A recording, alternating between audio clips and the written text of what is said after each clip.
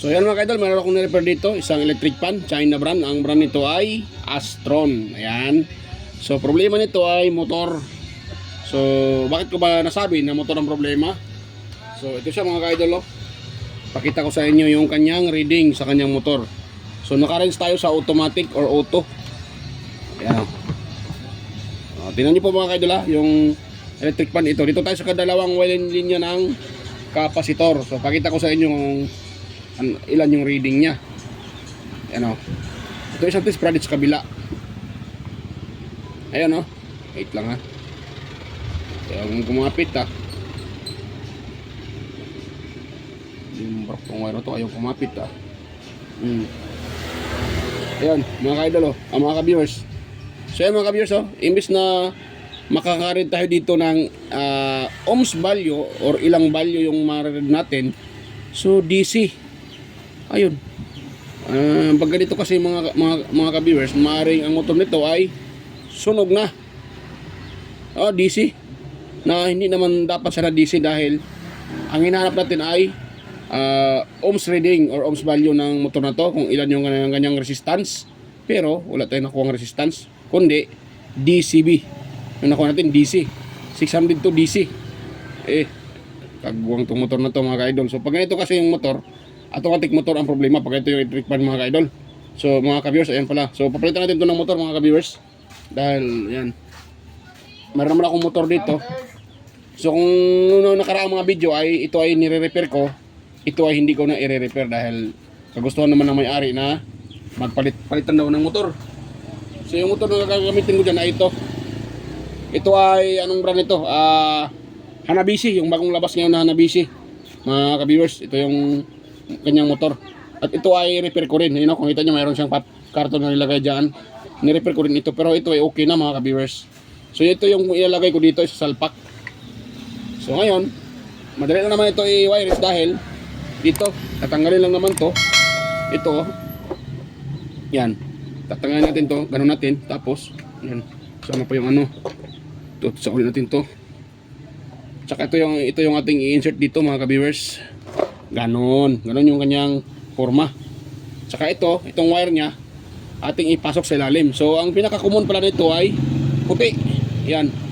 Ito yung common nya mga ka-viewers. Tapos yung kanya number 1, parang ito ata yellow. Tapos number 2, ito number 3 ang gray. Parang sigurado tayo, makita ko sa inyo. Ayan, sa mga hindi pa alam ito ito yung video nito ay para sa inyo. Sa mga master natin yan, huwag nyo na itong mga master dahil ito ay para lang po sa mga baguhan. Yan, sa mga hindi pa alam kung paano ito i-wirings. So, pakita ko sa inyo, yan 700. So, yan pala yung number 1. Number 2, ito. Ito ata. Itong parang red o pink. Pink ata, yan o. 634. Ito naman ay 704. Ito, 634. Ito naman ay 500 plus ata.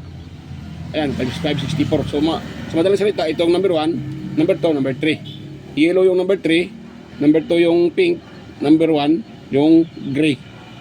Ayan. Ayan mga ka-viewers, ganun lang ang pag-trace ng or pag-test ng motor ng electric fan. Kung paano hanapin yung kanyang resistance na magkasunod-sunod. So ngayon, ang gagawin natin dito ay ipasok dito mga ka-viewers. Ayan. Pasok natin dito sa liugan niya.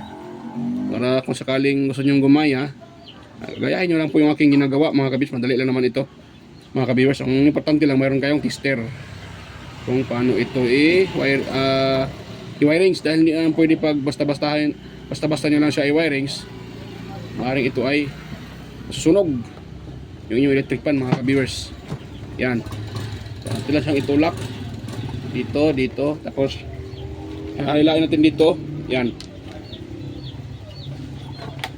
nahihila na siya. Yun. So ganoon na siya dito.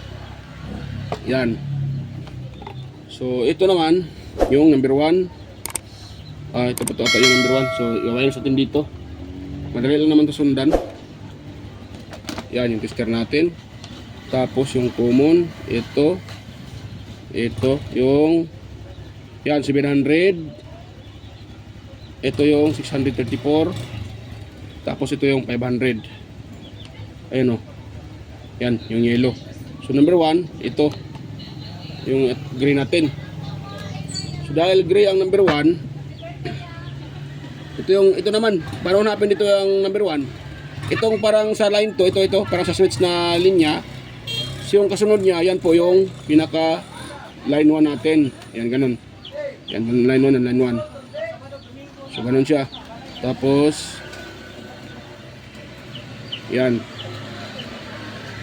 Ayun. Tapos, mali. Bakit dito ko nailagay? Sorry. Ito pala. Yung gray. Yan, number 1. So, yung puti, ito yung ating common. Dahil ito ay, makina ng Hanabishi. Yan. Tapos yung number 2 nito, itong pink.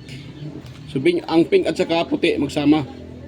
Sila yung magkasama mga ka-viewers. Yan. Ito. Tapos, ito namang yellow at saka itong pink ng itong pink ng motor na to. So, di ba? Magkaiba yung kanilang kulay. So, hindi lahat ng brand ay magkapareho yung kanilang coding sa color coding sa wirings. Minsan magkaiba. Magkaiba talaga yan dahil hindi nga magkaiba sila ng brand eh. Hindi magkapareho ng brand. Yan. So, yan, ganoon lang. So, ito ilagyan ko lang ng electrical tape mga ka-viewers. So, pwede naman to kung gusto kung mayroon kayo pang hinang, ihinang nyo dyan. So, ako, hindi ko na ito hinang mga ka-viewers para hindi makalas sa sa soldering lead. So, pwede lang naman ganito, wala namang problema. Basta pagkatapos yung yan, wag yung pagsamahin yung tatlong wire na yan. Ganun lang siya nakaseparate. So, yan. Tapos dito naman, din natin. So, yan yung kanyang connection. Yan. Yan. So, ito na ang puti. Common. Ito din sa itong black na to. So, ito din common. Ganun natin. So, yan. Yan, nilagyan ko muna ng electrical tape mga kabirsa. Balikan ko na kapag yan po ay nilagyan ko na ng electrical tape. So, ayan mga ka-viewers, okay na. So, na-assemble ko na at medyo natagalan tayo dito dahil ginamit ko yung kanyang kaha, ito. Kaso, yan nga, hindi siya nag-swing ng maigi dahil dito, biak. Ayan na, biak siya, oh. So, yan yung mayari sa labas, oh, yan, oh. Yan ang mayari sa labas. So, ito yun. Ito yung na biak. So, kaya ginamit ko na lang yung cover ng aking electric fan. So, sa kanila pa rin yung kaha at yung base. So, yan. So, okay na yan mga ka-idol. Mga ka-viewers, okay na yung pagkaan na yun. Sa kanya pa rin yan. So, ngayon, iti-test na natin yan para makita nyo na yan po ay nagana na. So, sapan din sa outlet. Yan. Open natin. 1, 2, 3. Open natin siya mga ka-viewers, ha. Yan. Tapos, dito. Yun. So nga pala, bago natin ngayon, ang pag-wiring ko pala dyan ay siyempre iba yung motor. Kung mag-wiring kayo ay hanapin nyo lang kung paano ko dinijoin. Hanapin nyo lang yung 1, 2, 3. Tapos dito naman sa kanyang switch, di ba mayroon yung ito 0. Ito may 0, tapos 1, di ba? May yan, may wire yan sa gilid. So ito may 1, dito kayo mag-start ng 1. Kung ano yung mataas na reading dito sa motor, yun yung itapat niyo dito sa number 1. Magkaiba yan sila ng kulay mga ka-viewers dahil hindi man magkapareho ang brand. Sa number 2 naman, ganoon din yung gagawin nyo. Yan, doon din nyo itapat yung pinakasikan na matataas yung reading. Dapat yung pinaka number 1, siya yung pinakamataas na reading. Yan. Tapos sa number 2, ganoon. Kasi yan eh, sunod-sunod yan. Yung number 3, yun yung pinakamababang reading. So ang gagawin nyo pa rin ay, siyempre, itis nyo pa rin yung wire galing dito. So kung saan yung kulay sa number 3, yun yung itapat nyo dito sa itong number 3. Kasi yung number 3 na yan, iba din ang kulay dyan. Walang problema sa magkaibang kulay. Ang importante, tandaan nyo yung 1 at saka 3, mas mataas yung reading sa number 1. Number 2, mababa naman sa number 3. So, ganun yung gagawin nyo mga ka-viewers para hindi kayo malito. Kahit anong kulay ng electric fan, basta ang importante ang hanapin nyo yung kanyang dito. Yung kanyang wire, yun nga, yung kanyang ohms value kung saan yung pinakamataas na reading. So, dapat naman din, mayroon kayong tester. Di ba? Kasi hindi naman pwede na basta-basta tayo mag-repair, wala tayong tester. So, kailangan nyo ng tester bago kayo mag-operate or mag-repair ng electric fan. Sa mga baguhan dyan, so, sundan nyo lang po yung video. Pero hindi naman ito full talaga dahil nag-start na ako doon sa motor. Inopen ko na yung motor. puntahan nyo lang yung mga dati ko pang upload mga ka-viewers dahil yun sa mga bago lang ha, sa mga bago pa lang sa aking channel. So puntahan nyo po yung mga old videos ko, andoon yung mga tutorial kung paano nagsimula dito, tinanggal yung screen, ito, yan, itong cover nya, yung LC, yan, inaisa-isa ko talaga. Dahil hindi naman lahat ng video ko magkapareho, mayroong video nagsimula na ako sa motor, inopen ko na yung motor, so doon ako nagsimula, nag-start. Yung iba naman, nag-start talaga sa ito, tinestitching ko yung plug, tapos tinitingnan ko kung may humming, ganun ba? Kumbaga step by step. So para makuha niyo yung full tutorial, pwede niyo puntahan yung aking mga old videos. Para niyo yung doon kasi ay full talaga siya. So itong upload ko ngayon, itong video na to ay hindi siya talaga actually full. Dahil nag-start ako doon sa motor. Motor kasi ang problema nito. Kung nakita, yan, ito kasi ang problema mga, yan, ano ah. Yan, ito kasi ang problema mga ka-viewers, oh. Itong motor niya nag-open, na-open. Iba na yung ano niya, imbes na almost value yung marireading DC. So pag ganun kasi kadalasan ay sunog na tong motor niya. Dapat kasi mayroong itong reading, itong dalawang wire na to, ito. Yan, dalawang wire na dapat may reading yan. Dahil pag walang reading yan, open siya or mayroong reading pero mas mataas na, aabot na ng mga 5K, 10K. Ibig sabihin sira na din yung motor na yan mga ka-viewers. Yan, ganun lang po mga ka-viewers ang pag-test ng motor. Sundan na yung video para matuto kayong mag-test ng motor. So yan, start tayo dito. Sa number 1 tayo. Yan. Tsaka, yan, number 2. Yun. Yun. Malakas pa yung mga, ano niya, mga kapasitor, mga ka-viewers. Malakas pang hatak. Yan, so number 3 tayo. Yan, number 3 na pala, kagbuwang. So yan, okay na yan mga ka-viewers. At ito'y, ano ko na sa may-ari dahil nag-antay yung may-ari sa labas para magamit na lang yung gabi. Dahil wala silang electric fan.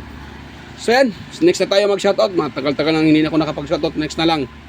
Shoutout tayo sa next video. So yan, hanggang dito lang po. At kung ito yung video na to ay nakakatulong sa inyo mga ka-viewers, meron kayo nakuha ang kunting idea, sana huwag kalimutang mag-like, share, and subscribe mga ka-viewers. Ayan. At kunting hiling lang din, sana huwag niyong i-skip yung mga ads na lumalabas sa aking mga video dahil dyan po ay malaking tulong na rin sa akin bilang isang maliit na content creator. So ayan mga ka-viewers, hanggang dito lang po at bye-bye po at salamat sa inyong panonood. At shoutout din pala sa inyo, sa lahat dyan na nanonood at sa mga silent viewers, organic viewers.